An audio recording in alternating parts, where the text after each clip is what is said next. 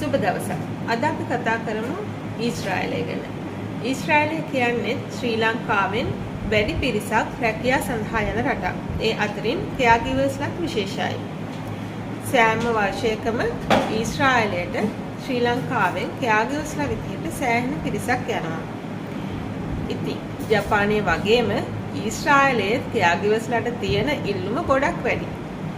ඉතින් ඒකට හේතුව තමයි ජපානයේ වගේම ඊශ්‍රායලයේත් ඉන්න වැඩිහිටි ජනතාව නැත්නම් වයස්ගත පුද්ගලයන්ගේ සංඛ්‍යාව ගොඩක් වැඩි.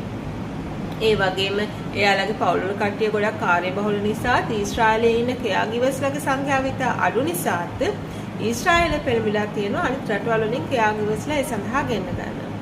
ඒ වගේම ඊශ්‍රායලයේ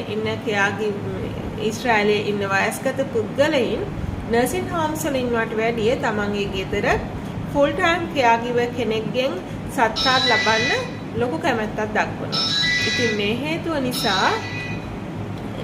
හේතුව නිසා ඊශ්‍රායලයට caregivers-ලාට වැඩි ඩිමාන්ඩ් එකක් තියෙනවා. ඉතින් ශ්‍රී ලංකාවේ විදේශ සේවා නියුක්ති කාර්යාංශය හරහා TVEC ඒ කියන්නේ වෘත්තීයපූර්ණ ආයතනයේ හරහා ලැබුණු NVQ3 NVQ4 පාඨමාලා හදාරපු අයට caregiver රැකියා අවස්ථා සඳහා යන්න හැකියාව තියෙනවා. ඉතින් මේ වගේ caregiver tips සහ caregiver career guidance එක්ක තවත් දවසක හමු වෙමු.